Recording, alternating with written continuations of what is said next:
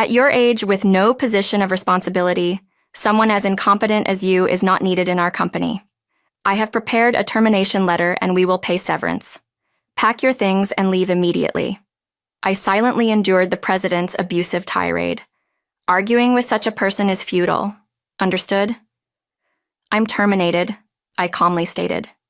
I quickly packed my belongings and left the office. To an outsider, I might appear as a defeated loser at the mercy of the president, but I had already grasped her vulnerability. I am Caroline, 48 years old. Most women my age are married with grown children or even becoming grandmothers, but I am still single. I have had my share of romantic relationships, but simply never ended up married. Not that I completely lacked the desire, but with a fulfilling job and wonderful colleagues, I was content. However, a drastic change occurred a few months ago. My company is family-run, with executive roles filled exclusively by the chairman's relatives. The chairman's son, daughter, and their spouses all held sway. This didn't mean that we, the non-relatives, were treated poorly. Indeed, it was possible for us to climb the ranks. The chairman's charismatic leadership kept the company well-knit, and we had no major complaints. In fact, the bond among colleagues was strong, and we worked together daily with united effort. But when the chairman suddenly passed away and his son took over as chairman, the company faced an unexpected turn. The new president was Helena, the chairman's daughter. She was previously unknown to the company, and many of us were shocked that such an outsider was appointed. However, we learned that she had been quite successful in her previous job at a top-tier company and joined ours at an opportune time, which made us somewhat understand the decision. At 38, Helena was also single, and my colleagues speculated about her character. Perhaps a dedicated career woman or a tough, cold person. However, her appearance at the inauguration was the complete opposite of our expectations. She looked more like a club hostess with high exposure, teetering on thin high heels and dangling large earrings. The strong perfume was noticeable even from a distance, causing many a grimace. Her speech, impacted by her appearance, felt shallow and lacked a sense of commitment and passion for the company, leaving me with a sense of unease. But worrying wouldn't help. Focusing on the work at hand, I tried to shake off the inauguration's aftermath and settled into my tasks. However, not long after, Helena, our president, unexpectedly visited our department. Tension briefly spiked, but she ignored everyone and made a beeline for a colleague, Cecil, announcing, "I like you. You stood out at the ceremony earlier. Cecil, such a cute name. How about joining me for lunch to celebrate my appointment?" Cecil turned pale and froze. Not just him. Everyone there lost their words and stood like statues. What was the president even saying? That was the atmosphere. "Oh, don't look so surprised. Shocked to be invited by the president? I find that quite endearing," Helena continued, before grabbing Cecil's arm, intending to leave. Cecil interjected, "Please wait. I appreciate the offer, but I have urgent work to finish this morning. Could we possibly wait until break time?" It was barely past 10 a.m., too early to abandon work for a lunch outing. "Is your work really that urgent? If so, someone else can handle it. Lunch with the president is far more valuable to you. I'll teach you what to prioritize," she insisted, pushing Cecil along despite his reluctance. By the time they returned, it was past 2 p.m. Cecil, 38, divorced a few years back and now single, was admired for his refined looks, growing more handsome with age. Many female colleagues harbored secret crushes on him, rejoicing at his divorce as it meant he was back on the market. While Helena's fondness for Cecil might be understandable, her behavior was unbecoming of a president. It was a revealing day, highlighting Helena's true character. To make up for the morning's disruption, Cecil ended up working late, a consequence of Helena's actions that benefited no one. "I reserved a wonderful French restaurant for us today, the one with the chef I mentioned before. We better hurry or we'll be late," Helena would often appear, forcibly taking Cecil out for lengthy lunches. "Cecil, you look so dignified while working. What are you working on now?" As this became a regular occurrence, she began occupying the seat beside Cecil, disrupting his work with her chatter. Colleagues displaced by Helena struggled to complete their tasks, often resorting to overtime. Gradually, a simmering discontent towards Helena grew among the staff. While no one dared to voice their frustrations openly, it was clear that everyone shared the same sentiment. When exactly does Helena perform her presidential duties? It seems like she's not taking her job seriously at all. That's the look my colleagues and I shared as we watched her. I was busy helping Cecil and others with their work and overtime. While assisting Cecil one day, I tried to lighten the mood. "Cecil, you've really been put through the ringer. It's tough being targeted by the wrong person," he responded apologetically. "I'm so sorry for causing everyone trouble. I really appreciate your help, Caroline, especially since you have your work too." "Cecil, it's not something you need to apologize for," I said. "It's all because of that out-of-touch president. Honestly, what was the chairman thinking, making Helena president? But keep that between us," I joked, sticking out my tongue, and Cecil gave a weak smile. It had been a while since I'd seen him smile. In fact, I realized that smiles had been rare in our department lately. How long would these days continue? The mere thought weighed heavily on my mind. Determined to break this cycle, I decided to consult someone about it: Carl, the chairman, and Helena's father. When I joined the company, Carl was the executive vice president, and we occasionally chatted. Now, as chairman, our interactions had ceased, but I boldly went to see Carl and frankly discussed Helena's problematic behavior. Knowing it might be impertinent, he was a dignified man, a son of the previous chairman. I hoped he would understand the employees' struggles, but Carl's response was dismissive. "I'm not here to listen to such complaints. You are to follow President Helena, work for the company, and earn your salary. That's all. It's simple." And with that, he sent me away. I realized then that Carl, who had appointed Helena as president, was just another fool. Disappointed and furious, I felt a surge of anger. The next day, Helena came again to invite Cecil to lunch, but our department was bustling with a crucial project deadline. Amidst the tense atmosphere, Helena's presence only fueled irritation, and some of my colleagues couldn't hide their annoyance. "I'm sorry, I really can't leave my work today.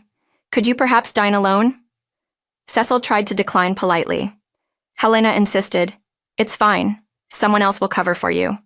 Hey, you there, take over Cecil's work." Unbelievably, Helena approached me and said, "Right now, both Cecil and I are swamped with work. No one in the department has the capacity to take on additional work." "I'm sorry, but that's not possible," I firmly replied. Helena widened her eyes in disbelief. "What did you just say? I heard you say you can't." Despite momentarily faltering under Helena's stern gaze, I knew I had to speak up. "I said it's not possible. Cecil's tasks today are critical, and I also have a pile of my own work to complete. Taking on Cecil's responsibilities is simply out of the question. Every time you pull Cecil away, our department's progress stalls, affecting the company's performance significantly. As president, you must be aware of this. We're even getting complaints about poor responsiveness from clients, and we're losing credibility. If this continues, we'll be overtaken by our competitors." I had let out my frustrations, but there was no turning back now. "Do you even know who you're talking to? You know what happens when you speak against the president, right?" Helena's voice, so different from the sweet tone she used with Cecil, was filled with intimidation as she retorted, "I'm speaking out of concern for the company. We're all striving to improve performance. I can't comply with actions that will hinder our success. We need Cecil at his desk right now." There was so much more I wanted to say, but I carefully chose my words, remembering she was still the president. "Is that all you have to say? I'm shocked to find such a lowly employee among us." Helena sneered, snatching my employee badge to read my name. "Caroline, huh? It figures you'd say such vulgar things. You're going to regret what you did today." Then, turning sweetly to Cecil, she said, "Cecil, let's try again tomorrow. I'll book an Italian place. My mood's been spoiled by this silly little scene." With a fluttering wave, she left the department. As Helena disappeared, applause erupted around me. Colleagues praised me, saying how refreshing it was and how cool I'd been, but I didn't feel relieved. Helena's words weighed on me. I knew this wouldn't end without repercussions. "Caroline, are you okay?" Cecil placed a comforting hand on my shoulder, looking at me with concern. "Are you okay, Caroline?" I know you spoke for all of us, but now you're in the president's sights. I'm on your side, though. If anything happens, I'll be here to protect you." His strong reassurance lightened my heart slightly. I was grateful for such a supportive colleague, though Helena's retaliation might start as soon as tomorrow. With these colleagues by my side, I felt ready to face it. However, Helena's actions were more straightforward than I expected. She showed up in our department the very next day to announce, "You at your age with no significant position, not proficient at work, just getting older and more on site. How dare you talk back to me? Someone who has remained a mere employee all these years is not needed in this company. Frankly, you're an eyesore. You're fired as of today. Pack your things and leave." I was astounded by the abrupt and harsh dismissal. "Fired?" I echoed in disbelief. Helena, with rough breath, pulled out a piece of paper. "Yes, but it's not wrongful termination. Don't bother suing. Here's your termination letter and we'll even pay severance. Now hurry up and leave." As Helena ranted, "That's too much. President Caroline, our moral support indispensable to this company." Cecil stepped up, fists clenched. Helena scoffed, "Cecil, you're mistaken if you think it's good to side with such an incompetent woman. It seems you've been influenced by her because you've worked together for too long. How pitiful. She's a detriment to this company. It's only right she's fired." I stood silently, absorbing Helena's verbal abuse. Arguing with someone like her was futile. "If you say my presence is detrimental to the company, then I must accept my dismissal," I replied calmly, quickly packing my belongings and leaving. Though I couldn't suppress my intense anger, I was determined not to let this end here. I had already identified Helena's weakness. The next day, I welcomed a refreshing morning, had breakfast, and cleaned my house. It should be about time, I thought, glancing at the clock. As it struck 10 a.m., right on cue, my phone rang. The company's number flashed on the screen. The caller was easy to guess. It must be Helena. Slowly, I answered. "Caroline." "Oh, thank goodness you picked up. Listen, about the firing yesterday, it was just a joke. I never imagined you'd take it seriously and actually not show up today. I'll overlook your tardiness, so please come to the office as usual." Helena spoke in the same controlling tone she used with Cecil. "You're so honest, Caroline, to take such a joke seriously." Helena's voice quivered slightly. "It wasn't a joke. I have the signed termination letter. Does the company sign such things as a joke?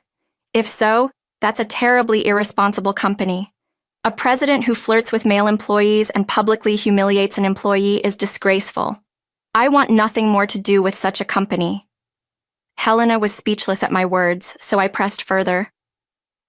"I know everything that happened this morning in the office and that you'd come crying to me for help. I had heard all about it from Cecil. Today was an especially important day for presenting our company's best product to a crucial client. Success would significantly boost our company, while failure would allow competitors to leapfrog us to industry leadership. It was such an important presentation, even Helena must have recognized this importance as she attended the morning meeting. To motivate everyone, she asked who was in charge of the presentation, but no one came forward, and the room fell silent. Of course, I was the presenter. When Helena realized this, she panicked, but then asked if anyone else could handle the responsibility. But what Helena found in front of her were resignation letters from all employees. Seeing my dismissal, everyone had had enough of the company. Hearing this from Cecil, I informed Helena, "Please, if you're there, Caroline, the presentation can still go ahead. We don't have much time before the meeting with the client. I'll double your salary, and you'll be treated as a director. Please come back, please." Helena pleaded hysterically, almost incomprehensible. "Unfortunately, I have no intention of returning. Please handle it yourself. As president, you haven't worked properly and have been chasing employees around, decreasing performance. I don't think you have the capacity to manage it," I said before hanging up. I dismissed her further calls without hesitation. It would be interesting to see how she managed alone. That evening, Helena and Carl came to my house. As I cautiously opened the door, "I'm sorry. I'm so sorry. Please forgive us," they pleaded tearfully. Apparently, the presentation had been a disaster from the moment Helena arrived alone. The client must have been skeptical. Just minutes into the presentation, they stormed out, disgusted with Helena's incompetence. They said they'd reconsider if you were involved. Caroline, please, for the company's sake, come back, Helena pleaded. My anger erupted. For the company? How can you say that? You've disrupted employees' work, fired me for speaking up, and caused everyone to turn against you due to your arrogance. This is the result of your actions. Please leave. As I attempted to close the door, Helena sprang up. It's all because you interfered with my lunches with Cecil, embarrassing me in front of everyone. That's why I fired you. You got in the way of my lunches with Cecil, that's all it was. What a childish notion. I knew it, but hearing it directly from her made me feel sick. I'm begging you to come back. Suddenly, Helena lunged at me but was swiftly stopped by Cecil, who had come out of concern. Enough, please. I came because I was worried about Caroline. I can't believe it's come to this, Cecil said, surprising both Helena and me. Helena, let me make it clear. Dining or talking with you has been nothing but a pain. Because I have someone I like. I've told you many times, but you only looked at my appearance and never listened, Cecil confessed, leaving Helena paralyzed. Caroline and the other employees who resigned have already found new jobs. A competing company looking to expand was thrilled to hire us all. Everyone is talented, and they were delighted. Caroline and I are not coming back. You're the reason she was unfairly thrown out of the company. Please don't show up in front of us again, Cecil said firmly. Helena tried to say something but was pulled away by Carl, who was also pale. He was the fool who appointed Helena president and dismissed my desperate pleas. There's no room for sympathy without it supporting employees and missing a great opportunity. The company's reputation plummeted, leading to bankruptcy. I am sorry to the wonderful predecessor, but once the predecessor was gone, it was only a matter of time before it came to this. Helena and Carl disappeared, buried under immense debt, living lives I don't even want to imagine. Meanwhile, Cecil and I began dating. The confession that I was the person he cared for came as a sweet surprise. After years of working together, our relationship evolved from trusted colleagues to partners. I'm grateful I didn't rush into marriage when I was younger, as I've now found the best partner later in life. Life is unpredictable. Maybe Cecil and I will get married. That's what I've been contemplating recently.